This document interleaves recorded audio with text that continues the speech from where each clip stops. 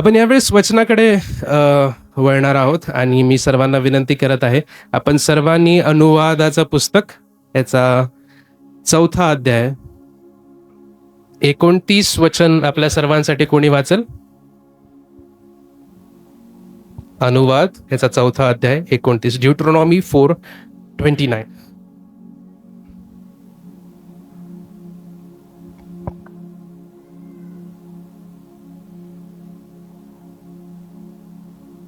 पण तेथून तरी तुम्ही आपला देव परमेश्वर याला शरण गेला आणि पूर्ण जीवे भावे त्याच्या शोधात लागले तर म्हणावा. परमेश्वराची स्तुती असो. मागील काही दिवसांपासून जेव्हा मी हा निर्णय घेतला की या संडेचं वचन मला तुमच्या सर्वांसंगती शेअर करायचं आहे, काही गोष्टी मी तुम्हाला सांगू इच्छितो वचनाआधी सांगण्यात. जेव्हा पण वचनाचं शेअरिंग करण्यासाठी मी उभा राहतो, माझं कधीच हे प्रायोरिटी नसतं की मला काहीतरी सांगायचं आहे.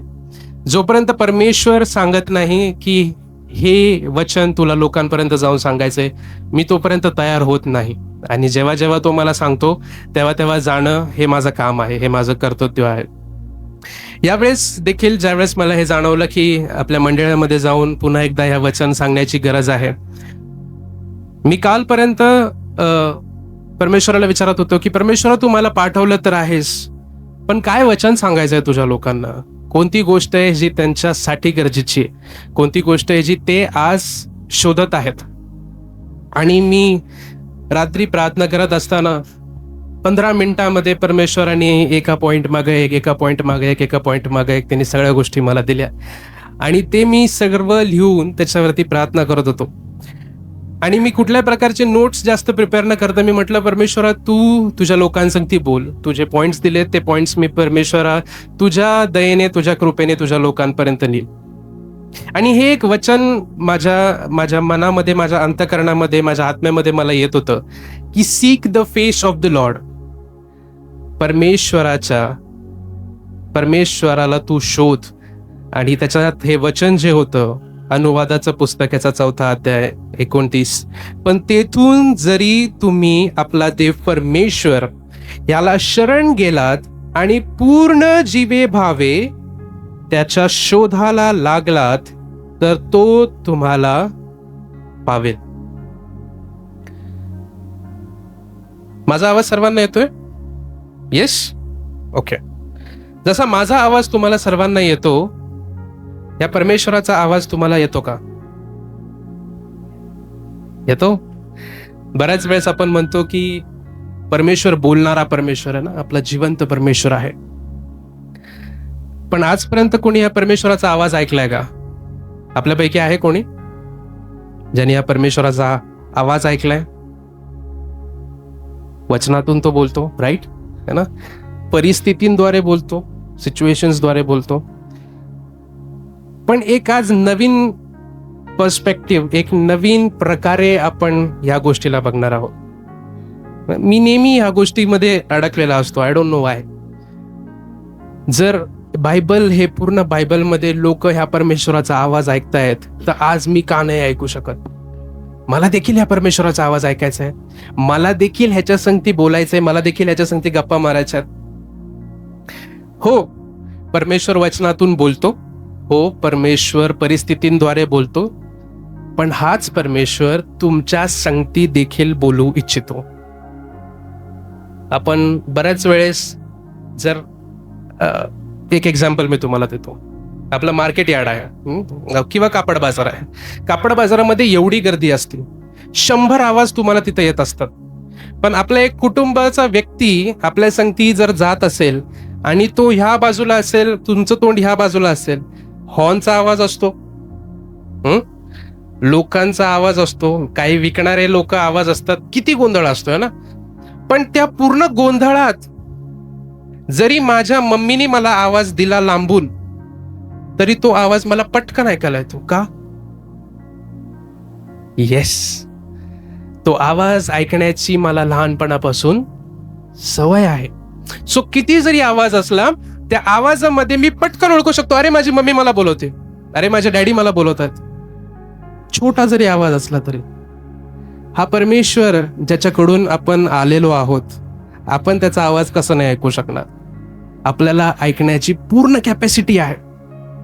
पण बऱ्याच वेळेस काय होतं, काही काही वेळेस तुम्ही बघितलं असेल, रिचार्ज करावं लागतंय ना फोनमध्ये. आजकाल त्यांनी नवीन चालू केलंय, तुम्ही जर रिचार्ज नाही केला ना तर तुमचे इनकमिंग कॉल्स पण बंद करून टाकतात. आणि मग तुम्हाला 300-400 रुपयाचं रिचार्ज तो करायला लागतं, मग तुमचे कॉल्स चालू होतात. बऱ्याच वेळेस आपली परिस्थिती अशी होती की आपलं इनकमिंग परमेश्वरासंगती बंद होत, आउट गोईंग चालू असेल. परमेश्वरा माझ्यासाठी तू हे कर, परमेश्वरा माझ्यासाठी तू ते कर. पण परमेश्वर काय बोलत आहे, त्याला तुमच्या संगती काय सांगायचं आहे, हे बऱ्याच वेळेस ऐकण्याच्या परिस्थितीमध्ये आपण नसतो. किंवा बऱ्याच वेळेस असं होतं की आपण प्रार्थना करायला बसतो ना, 15 मिनिटाची प्रार्थना असेल, प्रार्थनेमध्ये आमेन बोलल्या बोलल्या आपण उठून आपल्या कामाला लागतो. काही काही जण प्रभूची प्रार्थना, इथल्या लोकांचं नाही बोलत आहे मी, बाहेरचं एक चर्च आहे त्यांचं, ते प्रभूची प्रार्थना देखील इतक्या फास्ट बोलतात, हे आमच्या स्वर्गातील बाप्पा तुझं नाव पवित्र मानलं जावं, तुझं राज्य स्वर्गात. अँड आय एम लाईक, का? अर्थ काय आहे ते बोलण्याचा? ते मंत्र आहे का? नाही. पण त्याचं महत्व, जेव्हा प्रभू येशू ख्रिस्त हीच प्रार्थना बोलला असेल, तो ती कशी बोलला असेल? कधी आपला विचार येतो का की त्यांनी कशा पद्धतीने त्या, हे आमच्या स्वर्गातील बापा तुझे नाव पवित्र मानले जाओ, ही इतकी पवित्र, इतकी सुंदर अशी प्रार्थना बऱ्याच वेळेस आपण रटाळ करून टाकतो. आणि बऱ्याच वेळेस आपण बोलायचंय म्हणून ती बोलतो. कधी कधी आपल्याला त्या, मी स्वतः म्हणतो, लहानपणापासून आपण ज्यावेळेस ही प्रार्थना बोलायला शिकतो, ती लहानपणापासून पाठांतर केलेली प्रार्थना असते. मग पाठांतर केलेल्या प्रार्थनेमध्ये अर्थ कधीच कळत नाही, पण ज्यावेळेस अर्थ कळायला लागतो त्या प्रार्थनेचं महत्व देखील कळतं. सो आज आपण 2 गोष्टी बघणार आहोत की हा परमेश्वर जो बोलतो ह्याचा आवाज ऐकायचा कसा. आणि मला तुम्हाला सांगू द्या, मी स्वतः एक एक्झाम्पल आहे की हा परमेश्वर बोलतो. ह्या परमेश्वराचा आवाज मी ऐकला आहे, मला माहिती आहे की हा परमेश्वर एक बोलणारा परमेश्वर आहे. बऱ्याच वेळेस, बऱ्याच गोष्टींमध्ये, बऱ्याच सिच्युएशन्समध्ये मी प्रार्थनेला बसलेला असताना मी त्याचा आवाज ऐकलाय, आणि मला माहिती आहे की ह्याचा आवाज तुम्ही ऐकू कशा शकता, ते सांगण्यासाठी मी तुम्हाला सर्वांपर्यंत आज आलेलो आहे. आणि इर्मया ह्याचा जर तुम्ही 29 काढलं, इर्मया 29:13, जर आपल्यासाठी कोणी वाचेल, इर्मया 29:13. तुम्ही मला शरण या आणि पूर्ण जीवे व्हावे, माझ्या शोधात जाण्याल, तेव्हा मी तुम्हाला पावेन. हालेलुया. वचन सांगत आहे, तुम्ही मला शरण याल आणि पूर्ण जीवे भावे माझ्या शोधास लागाल, तेव्हा मी तुम्हाला मिळेल. 100%, 20% नाही, 10% नाही, 50% नाही, 70% नाही, पूर्ण जीवे भावे, पूर्ण शरीराने, पूर्ण अंतकरणाने, पूर्ण मनाने तुम्ही ज्यावेळेस त्याची स्तुती कराल, हा परमेश्वर तुम्हाला पावेल. आज बऱ्याचशा वेळेस आपण स्वतः आपल्याला एक प्रश्न विचारू की खरंच मी माझ्या पूर्ण जीवे भावे या परमेश्वराला शोधलंय का? ह्या परमेश्वराला ज्याच्या मंदिरामध्ये मी जातो, ह्या परमेश्वराला ज्याच्या मी स्तुती आराधना करतो, ह्याला मी खरंच पूर्ण जीवे भावे शोधलंय का? पूर्ण जीवे भावे शोधणारा एक व्यक्ती होता. बरेच होते बायबलमध्ये, पण आज एका व्यक्तीकडे आपण बघणार आहोत, तो म्हणजे दानियल. दानियल ह्याचा तुम्ही जर 9वा अध्याय काढला तर दानियलाच्या 9व्या अध्यायामध्ये ही जी मी एक स्टोरी आहे मी ती तुम्हाला सांगतो, मग त्याच्यानंतर आपण वचनाकडे जाऊ. दानियल स्वतः, आपण मागच्या वेळेस देखील बघितलं की तो एका अशा ठिकाणी होता जिथं तो त्याच्या देवाच्या लोकांच्या समवेत नव्हता, आणि त्याला ही गरज भासायची की मी सारखं प्रार्थनेमध्ये चालणं गरजेचं आहे. तो प्रार्थना करायचा, पण पूर्ण जिभे भावे जेव्हा तो प्रार्थना करायला लागला त्यावेळेस काय झालं, तो कशी प्रार्थना करत होता ते आपण बघू. दानियल 9:18 पासून 23 पर्यंत कोणी वाचेल आपल्यासाठी? दानियल 9:18-23. Yes please. हे माझ्या देवा, काय रे? ऐक, आपले लेकरं आमचा झालेला विधू पहा, व ते नाव त्या जगात उभे आहे ते पहा. आम्ही आपल्या विरोधा आमचा राजू गेलेलो नव्हे, तर त्या विकृत पुढे मागितो, हे प्रभू ऐक, हे प्रभू क्षमा कर, हे प्रभू ऐक, कार्य कर, विलंब नको. हे प्रभू ऐक, हे प्रभू क्षमा कर, हे प्रभू ऐक, कार्य कर. त्या परमेश्वराच्या मागे तो कंटिन्यू लागलाय. हा पुढे, हे माझ्या देवा, तुझे नकर वस्ते लो, या तुझे नाव तुझे आले, म्हणून तुझ्या कृत्यर्थाने मागतो. मी बोलत व प्रार्थना करीत असतात, माझे बाप व माझे लोक इस्रायल यांचे काम कबूल करीत असतात, आणि माझ्या देवाचं पवित्र प्रवर्तन करावी. माझा देव बदलून या. तो काय करत होता? तो प्रार्थना करत होता.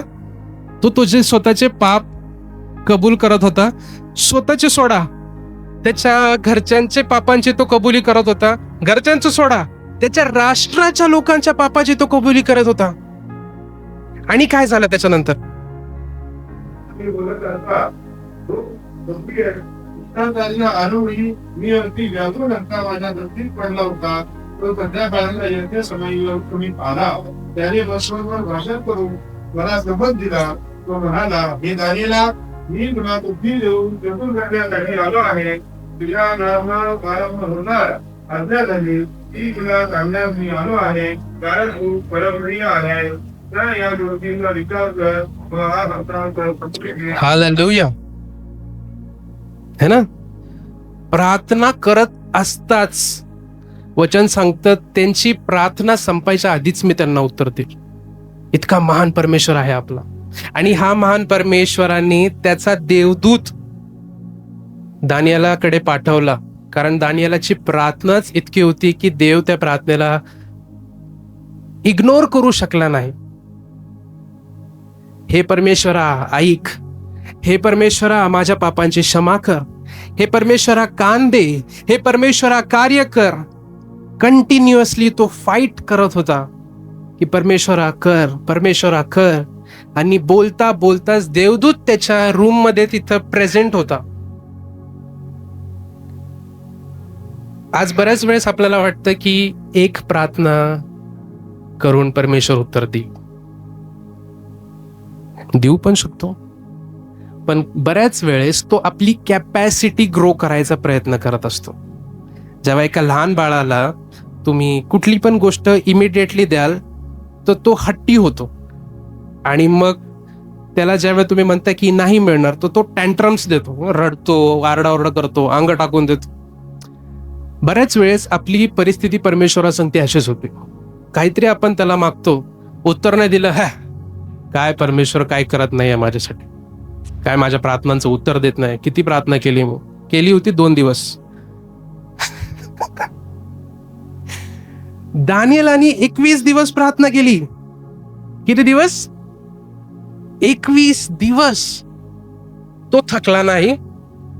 आठवड्याभरानंतर तो बोलला नाही, बाप रे, आयुष्यभराची प्रार्थना आत्ताच करून टाकली वाटतं. नाही, 21 दिवस तो प्रभूच्या सानिध्यामध्ये बसला होता आणि कंटिन्यू परमेश्वरासंगतीतून नेगोसिएशन करत होता. नेगोसिएशन की देवा कर, देवा असं कर, देवा तू मला सांग, तू माझ्या संगती बोल, तू मला ज्ञान दे, तू मला समज दे. आज आपल्याला एक गोष्ट जे शिकायची आहे की त्याच्या सानिध्यामध्ये अजून थोडा वेळ बसण्याची आपल्याला गरज आहे.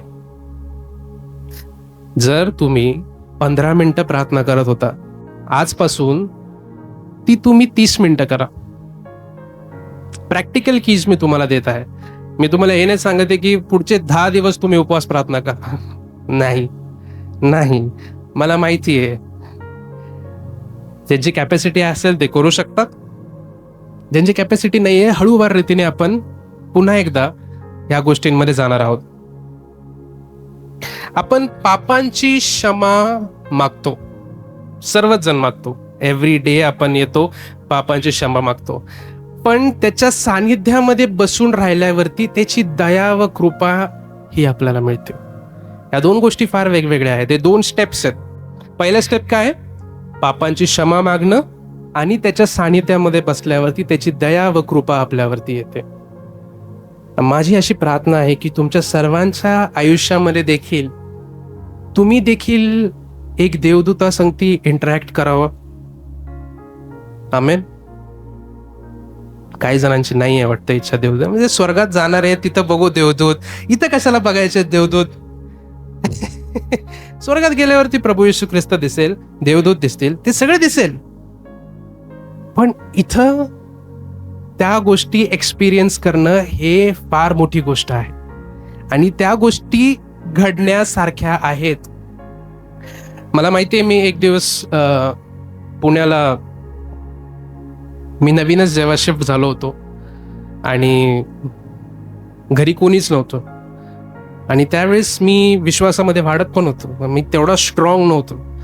तर मी प्रार्थना करत होतो आणि स्लायडिंगच्या ज्या काचा असतात त्या तिथं होत्या आणि अंधारी संध्याकाळी 8:30-9 वाजले असते आणि 8:30-9 वाजता मी प्रार्थना करत होतो कारण मला भीती वाटत होती, घरी कोणीच नाहीये.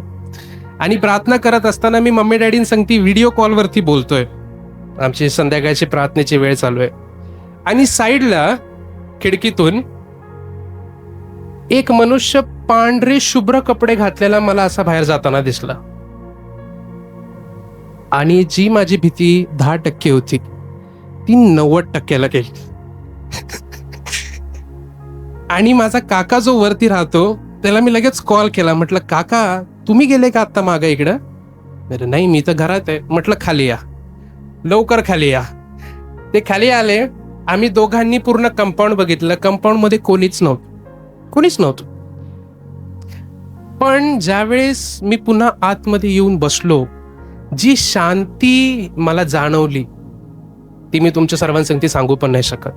बऱ्याच वेळेस आपल्या सर्वांच्या अवतीभोवती देखील परमेश्वर त्याचे देवदूत पाठवतो, ठेवतो आणि ते मे बी आपल्याला दिसत नसतील, आपल्याला समजत नसतील, बट आता देखील ह्या ठिकाणी ते देवदूत उभे आहेत.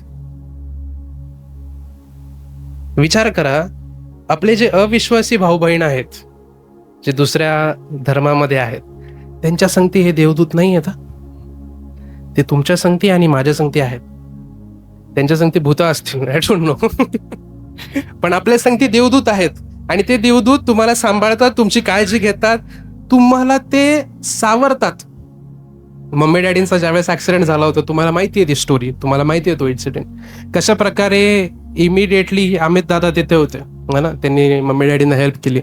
पण ते करत असताना देखील तिथं लोक जे होते त्यांनी मम्मीच्या पायाला रुमाल बांधून तो माणूस डिसअपिअर झाला, माहिती नाही. बऱ्याच वेळेस आपण वचन देखील वाचतो ना, बऱ्याच वेळेस तुम्ही अशा ठिकाणी असता की तिथे देवदूतांचा प्रेझेन्स तुम्हाला जाणवतो आणि ते परमेश्वराच्या राज्याद्वारेच आहे. सो दानियल परमेश्वराच्या सानिध्यात बसला होता, त्याच्याकडं ती क्षमता होती, पेशन्स ज्याला आपण म्हणतो, की उत्तर त्याला माहित नव्हतं 21 दिवस करायचंय. हॅलो, त्याला नव्हतं माहिती 21 दिवस करायचंय. तो त्याच्या पुढं पण गेला असता, उत्तर 21 दिवसांनी आलं म्हणून तो थांबला, नाही तर तो पुढे गेला असता. म्हणजे त्यांनी कमिटमेंट काय केली होती, जोपर्यंत उत्तर येत नाही मी प्रभूच्या सानिध्यातून उठणार नाही. तेवढं झील आपल्यामध्ये आज आहे का? जेव्हा आपण म्हणतो की मला ऐकायचा आहे या परमेश्वराचा आवाज, तेवढं झील आपल्यामध्ये आज आहे का? अरे तो बोलायची, त्याला फार तो आतुर आहे तुमच्या संगती बोलण्यासाठी. त्यांना बऱ्याच वेळेस आई बाप कंप्लेंट करतात ना, मुलगा घरात आहे बोलत नाही. ऐकलंय तुम्ही आई बापाचा हे सेंटेन्स? मला कधी कधी येतं ऐकायला. आमच्या घरात आमच्या संगती आहे पण बोलत नाही, वेगळा बसलेला असतो.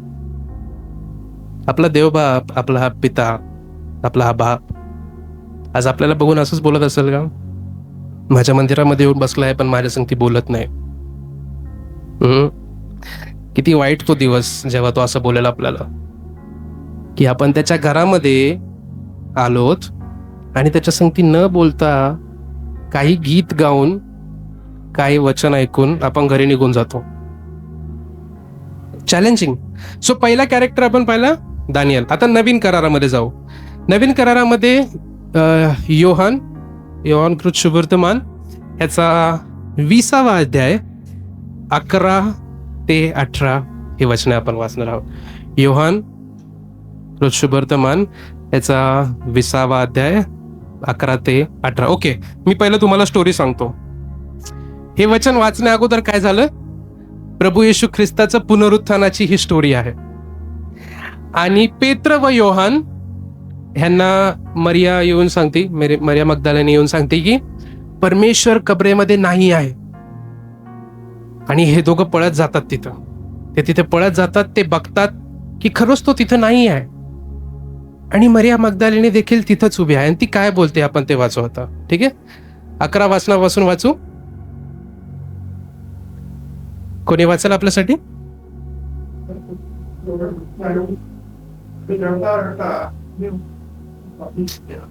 ओके, एक पॉज घेऊ आपण. तिला ऑलरेडी माहितीये की कबरेत कोणी नाहीये. ऍक्सेप्टेड है ना? तिला माहितीये 2 शिष्य येऊन बघून गेलेत की कबरेत कोणी नाहीये, पण तरी तिचं मन तिला खातंय आणि ती पुन्हा एकदा त्या कबरेत वाकून बघते. इतक्या प्रेमाने शोधणाऱ्या लोकांची आज जागृती होत आहे, ज्यांना माहितीये की तिथं तो नाहीये. 2 शिष्य त्याचे, मे बी त्याचे मेंबर्स, टीम लीडर्स त्याचे, ते येऊन बघून बोललेत की तो नाहीये. पण ह्या ताई तरी पण आतमध्ये परत वाकून बघतायत की खरंच आहे का, नाहीये. तिच्या अंतःकरणाची परिस्थिती समजा कशी असेल. बऱ्याच वेळेस आपण हे वचन असंच वाचून टाकतो, पण आता त्या बायबलमध्ये जाऊन, त्या टाइम मध्ये जाऊन एकदा तिला डोळ्यासमोर इमॅजिन करा की ती त्या कबरेच्या बाहेर उभी आहे आणि ती वाकून बघते. आणि काय होतं वाकून बघितल्यावर पुढे?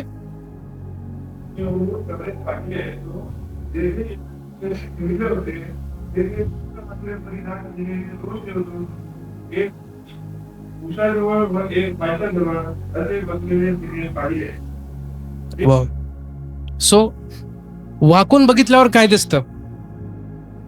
हा मंडळी, पांढरे शुभ्र कपडे घातलेले 2 देवदूत तिला तिथे बसलेले दिसले. ही ताईचं रिॲक्शन बघा, ही किती त्या परमेश्वरामध्ये मगन झालेली आहे. तिच्या समोर देवदूत बसलेत आणि ती काय बोलते त्यांना?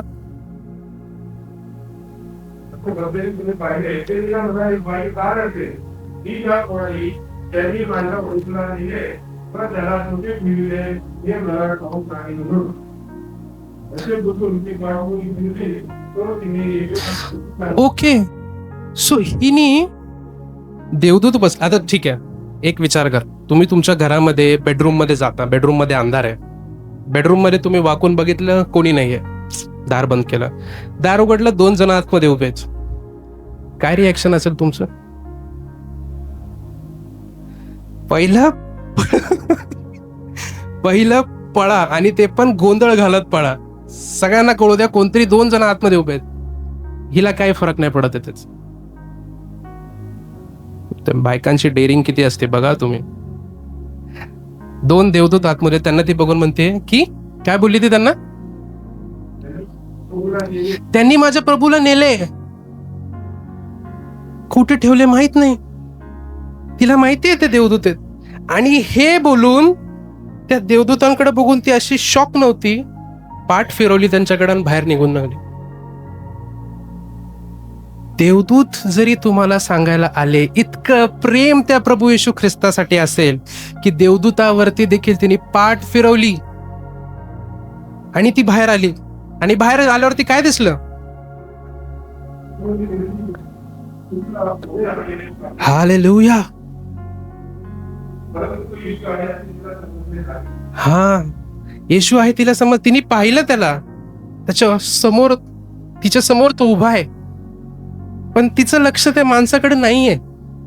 ती शोधते तिच्या येशूला, कुठे येतो, कुठे येतो, कुठे येतो. कशावरून कळतं आपल्याला? आणि तिने त्याला पाहिलं आणि त्याला देखील तिने इग्नोर केलं. पुढं वाचा वचन. तो बाई आले असे संतुष्टी त्याला म्हणाली, दादा तू त्याला इथून नेणे असले तर त्याला कोणते घडले मला सांग, म्हणजे ही त्याला म्हणून जाईल. तिला म्हणजे हालेलुया. सो इथं आपण बघतोय की फॉर एक्झाम्पल येतं, समजा प्रभू येशू ख्रिस्त इथं उभा आहे, ठीक आहे. मरिया त्या प्रभू येशू ख्रिस्ताकडे बघतीये, तिला वाटतंय तो माळी आहे. ती त्याला म्हणते तुम्ही माझ्या प्रभूला कुठे ठेवले ते माहिती नाही, आणि तिची पाठ त्याच्याकडे पण फिरवली आणि ती दुसरीकडे लगेच शोधायला लागली. आज जगातल्या गोष्टी, जगातले डिस्ट्रॅक्शन्स वरती तुम्ही पाठ फिरवू शकता का? कोणती ती गोष्ट आहे जी तुमच्या आणि तुमच्या प्रभूच्या मध्ये आज येत आहे? आपले नाते, संबंध, काम, काय असू शकतं ते? कोणत्या गोष्टी आहेत ज्याच्यामुळे तुम्ही आज तिथं लक्ष न देता तुमचं लक्ष प्रभूकडे जे पाहिजे होतं तुम्ही त्या गोष्टींकडे लक्ष दिलेलं आहे, आणि ती वळाली. कशावरून आपल्याला कळतं? पुढचं वचन जर तुम्ही वाचाल,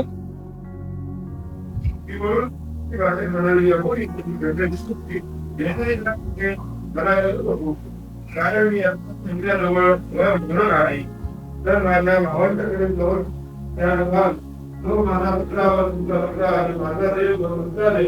त्याच्याकडे हालेलुया, देवाची स्तुती असो. ती त्या प्रभू येशू ख्रिस्ताला बघून त्याच्याकडे फिरून दुसरीकडे त्याला शोधायला लागली, आणि प्रभू येशू ख्रिस्त देखील म्हणाला असेल अरे ही परत चालली, म्हणून तो तिला आवाज देतो, मरिया.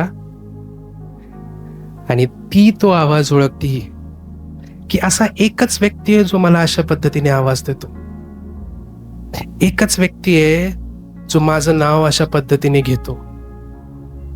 आणि तिला ते लगेच कळालं, आणि ते फिरून त्याला म्हणते रब्बी, म्हणजे गुरुजी. एका शब्दाचा आवाज, आणि तिला समजलं की तिचा गुरुजी, तिचा रब्बुनी तिथं उभा आहे. परमेश्वराची स्तुती असो. आता याच्यामध्ये मी तुम्हाला आणखीन एक गोष्ट दाखवतो. येशू तिला बोलतो की मला स्पर्श करू नकोस, कारण मी पित्याजवळ जाऊन आलेलो नाही आहे. एक विचार करा, किती वेळ लागला असता परमेश्वराला पित्याकडे जाऊन येण्यासाठी? येशूला त्याच्याकडे जाऊन येण्यासाठी किती वेळ लागला असता? तो आत्म्यामध्ये होता, तो गेला आणि तो आला. पण एका बाईचं डेस्परेशन, एका बाईची आतुरता, त्यांनी त्याचा प्लॅन चेंज केला आणि तो तिला भेटायला आला. कारण जुन्या करारामध्ये जर तुम्ही शास्त्रामध्ये पाहिलं तर ज्यावेळेस बलिदान दिलं जातं, बलिदान दिल्यानंतर जे रक्त आहे ते याजक रक्त घेतो आणि परमपवित्र स्थानामध्ये जातो, आणि तिथं ते कृपेच्या स्थानाजवळ तो ते रक्त ठेवतो, आणि त्याचं काम पूर्ण होतं. सॅक्रिफाईसचं जे बलिदान दिलं त्याचं काम पूर्ण होतं. प्रभू येशू ख्रिस्ताने बलिदान दिल्यावरती त्याचं रक्त घेऊन पित्याजवळ त्याला जायचं होतं, पण ते करत असताना एक बाई त्याच्या शोधामध्ये इतकी आतुर वेडी झाली होती की येशू बोलला मला पहिलं तिला जाऊन सांगू दे, मग मी माझ्या पित्याकडे जाईल.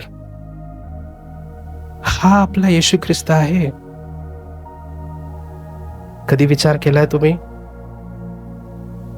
की तुमची प्रार्थना आणि तुमची कळवळ बघून तो तिथं उपस्थित राहायला इमिडिएट असतो, इमिडिएट.